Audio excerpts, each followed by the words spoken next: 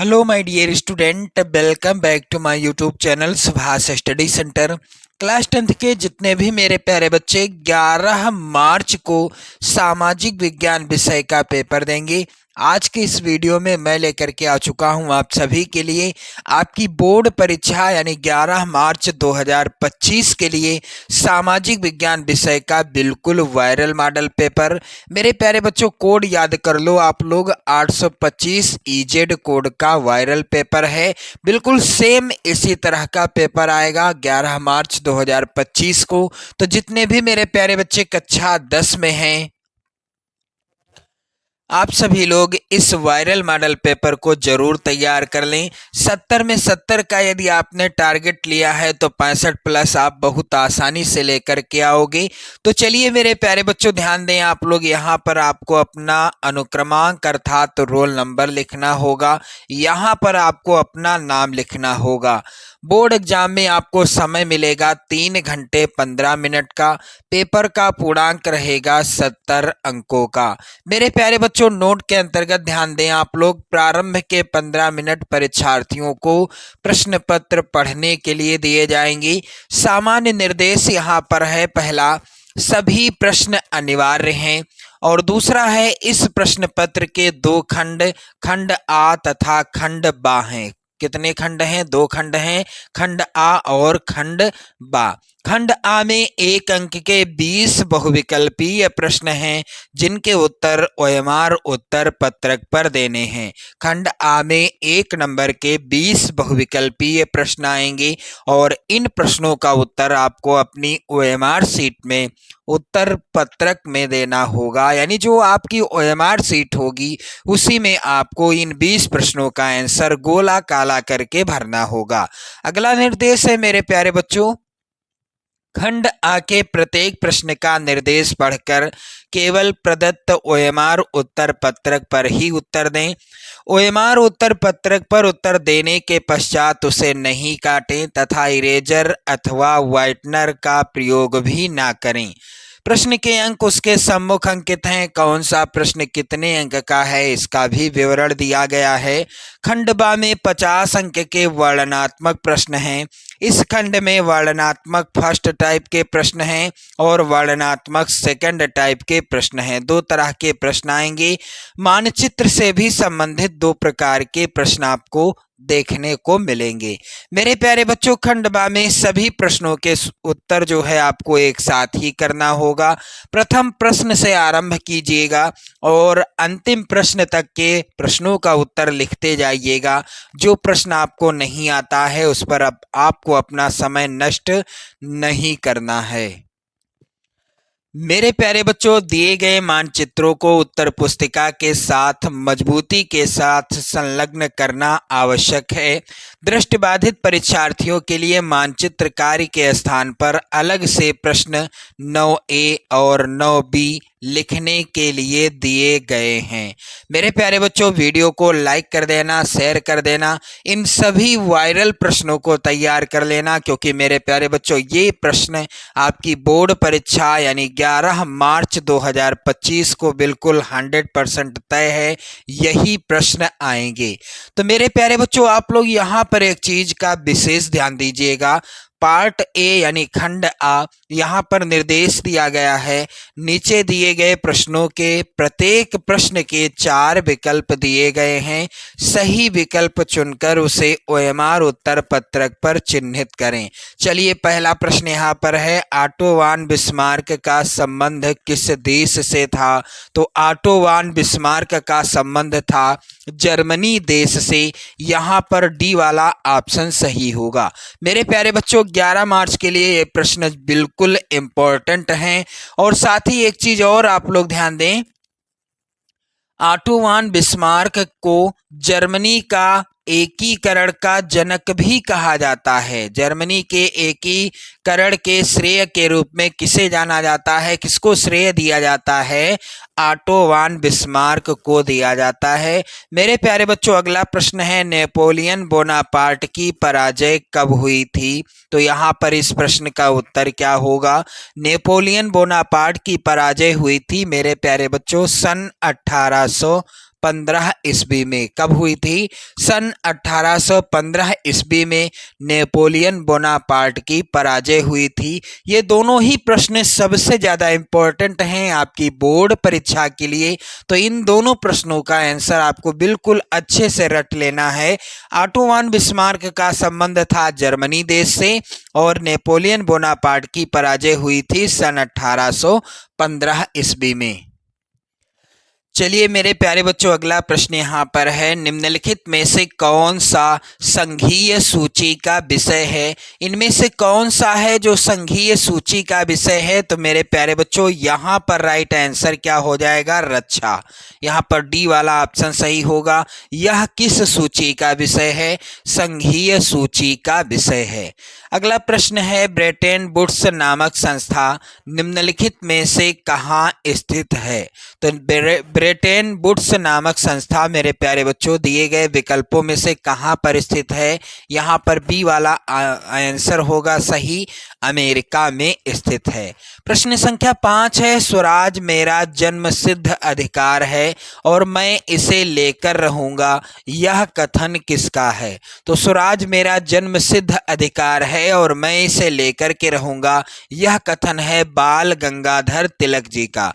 उन्होंने कहा था कि स्वराज मेरा जन्मसिद्ध अधिकार है और मैं इस अधिकार को लेकर रहूंगा। चलिए मेरे प्यारे बच्चों, अगला प्रश्न है, भारत में मताधिकार की आयु क्या है?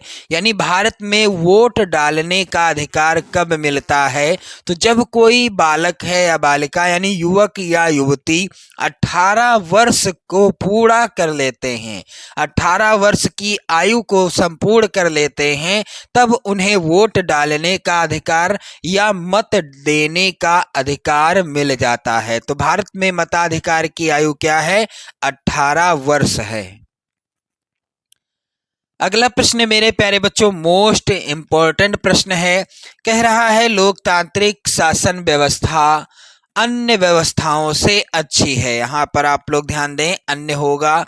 लोकतांत्रिक शासन व्यवस्था अन्य व्यवस्थाओं से अच्छी है क्योंकि यह क्या करती है? पहले नंबर पर सभी नागरिकों में समानता को बढ़ावा देती है और दूसरा है व्यक्ति की गरिमा को बढ़ावा देती है। तो लोकतांत्रिक शासन व्यवस्था सभी व्यवस्थाओं से इसलिए अच्छी है क्योंकि यह सभी नागरिकों को समानता को बढ़ावा यानी नागरिकों में समानता को बढ़ावा देती है और दूसरा है व्यक्ति की गरिमा को बढ़ावा देती है। तो यहाँ पर सी वाला ऑप्शन सही होगा, ए और बी दोनों।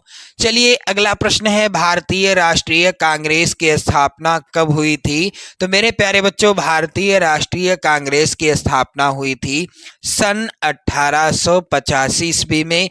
यहाँ पर बी वाला ऑप्शन सही होगा और ये प्रश्न सबसे ज्यादा इंपॉर्टेंट है। 11 मार्च को ये प्रश्न आपकी बोर्ड परीक्षा में बिल्कुल आना 100% तय है कि भारतीय राष्ट्रीय कांग्रेस की स्थापना कब हुई थी? 1885 ईस्वी में।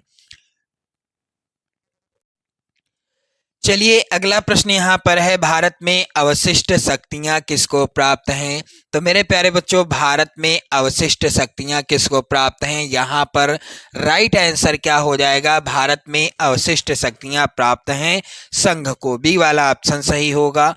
अगला प्रश्न है, भारतीय संविधान कब लागू हुआ? तो भारतीय संविधान आप सभी जानते हैं 26 जनवरी 1950 को लागू हुआ। तब से लेकर आज तक प्रत्येक वर्ष 26 जनवरी को हम क्या मनाते हैं?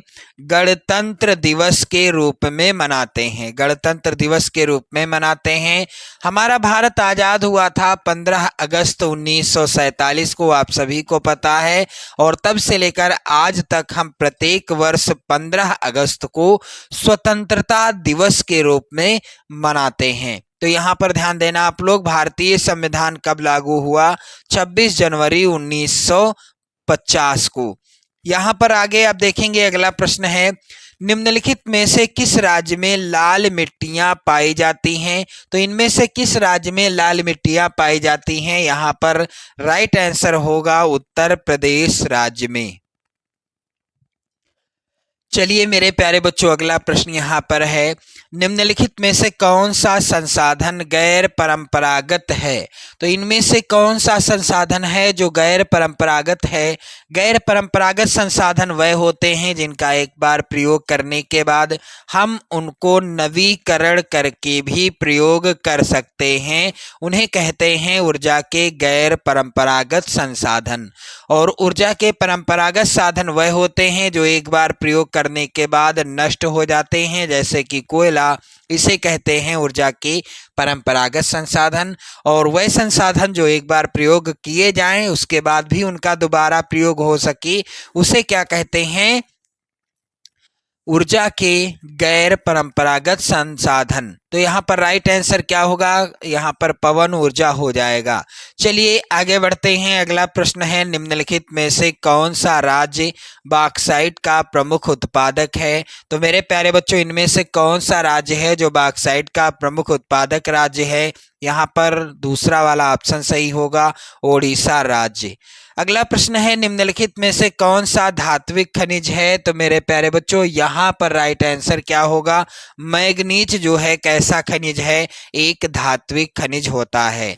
चलिए आगे बढ़ते हैं। अगला प्रश्न यहाँ पर है, निम्नलिखित में से कौन सा जैव संसाधन है? तो जैव और अजैव संसाधन में आज के बाद आपका कोई भी ऑप्शन गलत नहीं होगा यदि इससे प्रश्न आता है। तो मेरे प्यारे बच्चों, जैव संसाधन वह होते हैं जो जीवित अवस्था में होते हैं, जिनकी वृद्धि होती है, जिनका विकास होता है, वह होते हैं जैव संसाधन, जैसा कि यहाँ पर शब्द के द्वारा ही स्पष्ट है।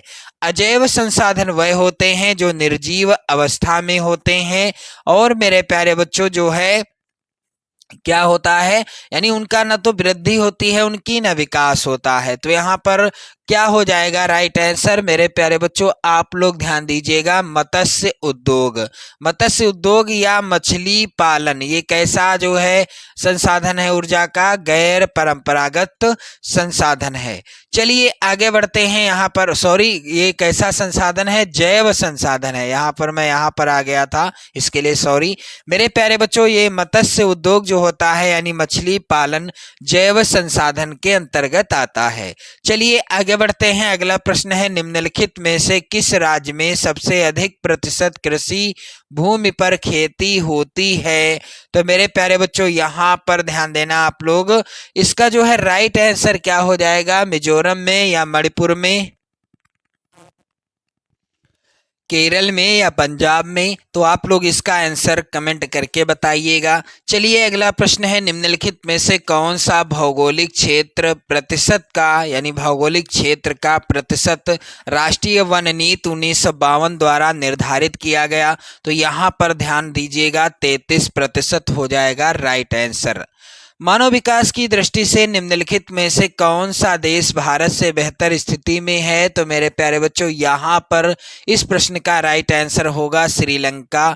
चलिए आगे बढ़ते हैं। अगला प्रश्न यहाँ पर दिया गया है, निम्नलिखित में से कौन सी गतिविधि प्राथमिक क्षेत्र के अंतर्गत आती है? तो मेरे प्यारे बच्चों खनन कार्य जो होता है ये प्राथमिक क्षेत्र के अंतर्गत आता है।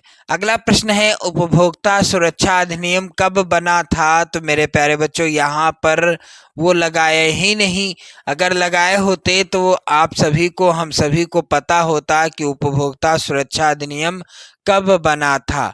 वैसे तो मेरे प्यारे बच्चों इनका जो है आप लोग ध्यान दीजिएगा, इसको जो है क्या करेंगे आप लोग, उपभोक्ता सुरक्षा अधिनियम, ये प्रश्न जो है काफी ज्यादा इम्पोर्टेंट है और ये बना था कब? 1900 कब में? 86 में। यहाँ पर थोड़ा सा मिसप्रिंट है विकल्प, मैंने क्लियर यहाँ पर आंसर लिख दिया। उपभोक्ता सुरक्षा अधिनियम बना था 1986 में। अब बारी आती है यहाँ पर मेरे प्यारे बच्चों खंडबाज, इसमें आएंगे वर्णनात्मक फर्स्ट टाइप के प्रश्न। इन सभी प्रश्नों को आप तैयार कर लेंगे क्योंकि ये सभी प्रश्न आएंगे आपकी बोर्ड परीक्षा 2025 को यानी 11 मार्च को। चलिए यहाँ पर सबसे ज्यादा इंपॉर्टेंट प्रश्न, उसके पहले यहाँ पर दिया गया है, निम्नलिखित प्रश्नों के उत्तर लगभग आपको 80 शब्दों में लिखना होगा। पहला प्रश्न जो कि मोस्ट इंपॉर्टेंट प्रश्न है, फ्रांस की क्रांति के मुख्य कारण क्या थे? अथवा में प्रश्न है नमक सत्याग्रह से आप क्या समझते हैं, ये भी इम्पोर्टेंट प्रश्न है। किस प्रकार से लैंगिक भिन्नता ने राजनीति को प्रभावित किया, संक्षेप में लिखिए। तो मेरे प्यारे बच्चों आप लोग ध्यान दें, इन सभी प्रश्नों को आप तैयार करके जाइएगा। बोर्ड परीक्षा से पहले इन्हें आप अच्छे से तैयार कर लो। किस प्रकार से, यहाँ पर ध्यान दें, अगला जो प्रश्न है यहाँ पर 2 का अथवा, सत्ता की साझेदारी लोकतंत्र की आत्मा है, इस कथन की विवेचना कीजिए। तो मेरे प्यारे बच्चों इसको भी आप लोग अच्छे से क्लियर कर लेंगे। यहाँ पर अगला प्रश्न है कि यहाँ पर मेरे प्यारे बच्चों खनिज के संरक्षण की विवेचना कीजिए। देख चलिए मेरे प्यारे बच्चों अगला प्रश्न यहाँ पर है खनिज के संरक्षण की विवेचना कीजिए। ये प्रश्न भी आप लोग तैयार कर लेंगे। और यहाँ पर अथवा में प्रश्न है भारतीय अर्थव्यवस्था में वैश्वीकरण के महत्व की विवेचना कीजिए। प्रत्येक प्रश्न आएगा कितने नंबर का, तो आप देख पा रहे होंगे प्रत्येक प्रश्न आएगा 4 नंबर का। चलिए आगे बढ़ते हैं। अगला प्रश्न यहाँ पर है झूम कृषि की विशेषताओं की विवेचना कीजिए। ये सभी प्रश्न इंपॉर्टेंट हैं, आप लोग जरूर तैयार कर लो। अथवा में प्रश्न यहाँ पर है उपभोक्ताओं के शोषण के किन्हीं 4 कारणों की विवेचना कीजिए। कारणों होगा यहाँ पर, आप लोग ध्यान दें, कारणों की समीक्षा कीजिए। तो आप जो है बिल्कुल अच्छे से तैयार हो जाइए 2025 बोर्ड एग्जाम के लिए, क्योंकि डेट घोषित हो जा चुकी है। कब पेपर है, कौन से विषय का, इसका भी प्रमाणित रूप आप देख पाएंगे। तो मेरे प्यारे बच्चों यहाँ पर आप लोग ध्यान दें, वर्णनात्मक जो सेकंड टाइप के प्रश्न हैं, प्रत्येक प्रश्न जो है आप लोग ध्यान दीजिएगा, इन प्रश्नों को तैयार कर लेंगे आप सभी लोग। और प्रत्येक प्रश्न का आंसर आपको 150 शब्दों में ही देना होगा। 6 नंबर का आएगा प्रत्येक प्रश्न। कह रहा है सविनय अवज्ञा आंदोलन से आप क्या समझते हैं, इस आंदोलन की सीमाओं पर एक संक्षिप्त टिप्पणी लिखिए। और यहाँ पर ध्यान देना आप सभी लोग, भारतीय अर्थव्यवस्था पर वैश्विक महामंदी के किन्हीं 4 परिणामों का उल्लेख कीजिए। तो मेरे प्यारे बच्चों आप लोग वीडियो को लाइक कर दें, शेयर कर दें। चैनल पर यदि आप नए हैं तो चैनल को भी सब्सक्राइब कर लीजिएगा। यहाँ पर ध्यान देने वाली बात यह है मेरे प्यारे बच्चों कि इन सभी प्रश्नों को जरूर तैयार कर लेना। अगला प्रश्न है भारतीय संघ अर्धसंघीय ढांचा है, इसकी पुष्टि में किन्हीं 2 कारकों का उल्लेख कीजिए। 6 नंबर का प्रश्न है और जरूर आएगा आपकी बोर्ड परीक्षा में। अथवा में जो प्रश्न है मेरे प्यारे बच्चों लोकतांत्रिक सुधार से आप क्या समझते हैं, इसके लिए उठाए जा सकने वाले किन्हीं 2 कदमों का उल्लेख कीजिए। ये प्रश्न भी आप लोग तैयार कर लेंगे बिल्कुल अच्छे से। चलिए अगला प्रश्न है मृदा अपरदन का क्या अभिप्राय है, इस समस्या के समाधान हेतु कोई 4 उपाय सुझाइए। तो मेरे प्यारे बच्चों यहाँ पर ध्यान दें आप लोग, 6 नंबर का प्रत्येक प्रश्न है और अथवा में भी एक ऑप्शन दिया गया है। चलिए यहाँ पर अथवा में है संसाधन नियोजन की आवश्यकता क्यों है, भारत में संसाधन नियोजन हेतु कोई 4 उपाय सुझाइए। चलिए आगे बढ़ते हैं। विकास की अवधारणा क्या है, सामान्यतः इसमें किन घाटों को सम्मिलित किया जाता है। तो मेरे प्यारे बच्चों आप लोग ध्यान दें, इन जो है घटकों होगा यहाँ पर, किन घटकों को सम्मिलित किया जाता है, इन सभी प्रश्नों को तैयार कर लेंगे आप लोग। और यहाँ पर आप देख सकते हैं अथवा, यहाँ पर प्रश्न संख्या 8 का अथवा है तृतीय क्षेत्र क्या है, इसकी विशेषताओं की समीक्षा कीजिए। तो मेरे प्यारे बच्चों ध्यान दें आप लोग, निर्देश दिया गया है प्रश्न संख्या 9A तथा 9B मानचित्र से संबंधित हैं। मेरे प्यारे बच्चों यहाँ पर जो मानचित्र पर आधारित प्रश्न आएंगे, यहाँ पर कुल 5 प्रश्न दिए गए हैं। और यहाँ पर अगला प्रश्न है या मानचित्र से संबंधित, यहाँ पर भी कुल 5 प्रश्न हैं, यानी कुल 10 नंबर के मानचित्र से संबंधित प्रश्न आएंगे। मेरे प्यारे बच्चों वीडियो को लाइक कर दो, शेयर कर दो। चैनल पर यदि आप नए हो तो चैनल को भी सब्सक्राइब कर लीजिएगा। जय हिंद।